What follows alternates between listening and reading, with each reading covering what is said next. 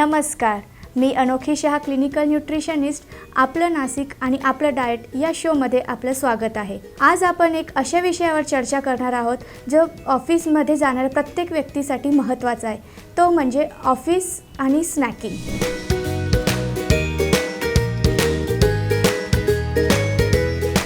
सकाळी आपण ऑफिसला जाण्याआधी नाश्ता करून जातो. मग आपल्याला 11-12 वाजता मधल्या वेळेत भूक लागते. तसेच लंचनंतर पुन्हा 4-5 वाजता भूक लागते. मग त्यावेळेस आपण काय खायचं असा खूपदा प्रश्न पडतो. किंवा मग आपण स्नॅकमध्ये बाहेरचे पदार्थ, तळलेले पदार्थ, काही सॉफ्ट ड्रिंक्स, चॉकलेट्स, बिस्किट्स अशा वस्तूंचा आपण वापर करतो किंवा सेवन करतो.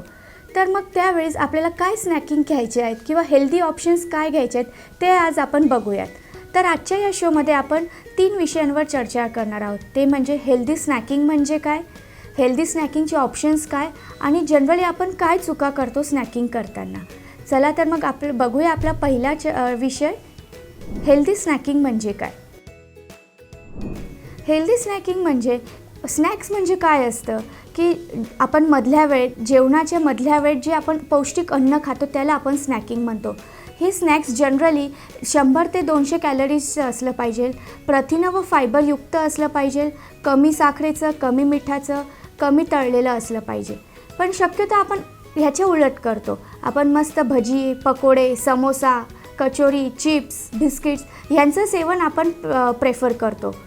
ऑफिसमध्ये भूक का जास्त लागते, तर आपण कंटिन्यूस बसून संगणकावर काम करत असतो किंवा काही वेळेस कामाचा तणाव जास्त असतो, अपुरी झोप झालेली असते, पाणी पिण्याचे प्रमाण कमी असते, यामुळे आपल्याला भूक जास्त लागते. मग अशावेळी आपण काय घेतले पाहिजे.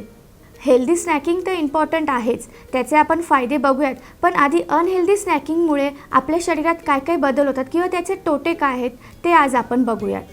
हेल्दी स्नॅकिंगमुळे आपण जनरली काय करतो की खूप भूक लागली, जास्त वेळ चहा घेतो किंवा तळलेले पदार्थ, वडापाव, समोसा हे प्रेफर करतो.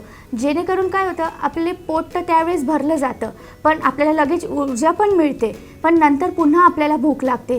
किंवा असं तळलेलं पदार्थ उपाशी पोटी खाल्ल्याने आपल्याला ॲसिडिटीसारखी समस्या निर्माण होते.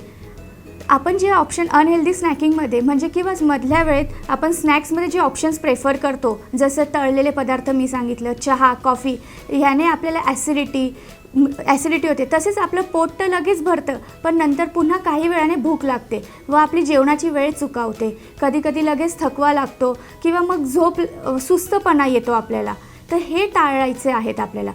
त्यामुळे आपल्याला हेल्दी स्नॅकिंग गरजेचे आहे. आता हेल्दी स्नॅकिंगचे फायदे काय आहेत, तर आपलं कामावर कॉन्सन्ट्रेशन व्यवस्थित लागतं, आपले पोट भरलेलं राहतं, प्रथिनं व फायबर रिच स्नॅकिंग असल्यामुळे आपले जे डेली रिक्वायरमेंट आहेत ती पूर्ण होते. आता आपण बघितलं की अनहेल्दी स्नॅकिंगचे ऑप्शन काय व त्याचं आपल्या बॉडीला नुकसान काय आहे. एक छोट्याशा ब्रेकनंतर आपण बघूयात की हेल्दी स्नॅकिंगचे ऑप्शन्स व त्याचे फायदे.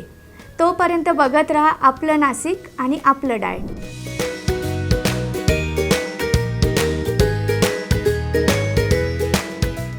नमस्कार, आपलं नाशिक आपलं डाएटमध्ये तुमचं पुन्हा स्वागत आहे.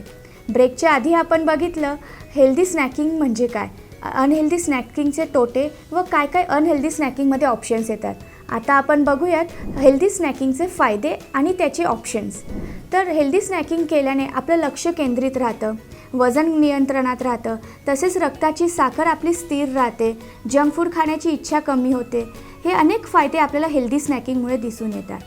आता हेल्दी स्नॅकिंगचे ऑप्शन्स काय काय आहेत, काय काय तुम्ही प्रेफर करू शकतात ऑफिस वेळात आणि कोणत्या टायमाला ते स्नॅक्स घेतले पाहिजे ते आपण बघूयात. हेल्दी स्नॅकिंग ऑप्शन्समध्ये सर्वात पहिले आपण फुटाणे, जी इझी टू कॅरी आहे, तुम्ही तुमच्या डेस्क खाली ठेवू शकतात, तुम्ही इझिली कॅरी करू शकतात किंवा तुम्ही तुमच्या कारच्या डॅशबोर्डमध्ये पण ठेवू शकतात. ह्यात प्रथिनं व फायबरचं प्रमाण जास्त असल्यामुळे आपलं पोट भरलेल्यासारखं आपल्याला वाटतं. नेक्स्ट आहे मखाणा. हा पण इझिली कॅरी तुम्ही करू शकतात, तुमच्या डेस्कमध्ये ठेवू शकतात. तसेच अनेक वेगवेगळ्या प्रकारचे फ्रूट्स आहे ते तुम्ही मधल्या वेळेत खाऊ शकतात. दही, ताक किंवा एखादे वेगवेगळ्या टाईपचे सॅलेड्स तुम्ही इन्क्लूड करू शकतात हेल्दी स्नॅकिंगमध्ये. तिसरं ऑप्शन आहे दही किंवा ताक, जे इझिली तुम्ही कॅरी करू शकतात किंवा ऑर्डर करू शकतात. नाही तर मग स्प्राउट्स आहे, जे भरपूर भाज्या टाकून तुम्ही त्याची स्प्राउट चाट किंवा स्प्राउट भेळ ऑप्शन प्रेफर करू शकता. तसेच ज्वारीच्या लाया आहेत, फ्रूट्स आहे वेगवेगळ्या प्रकारची, पनीरचं सॅलेड तुम्ही घरून कॅरी करून घेऊन जाऊ शकता, जे प्रथिनं रिच, त्यातनं आपल्याला कॅल्शियम, फॉस्फरस याची पण आपली रिक्वायरमेंट पूर्ण होते.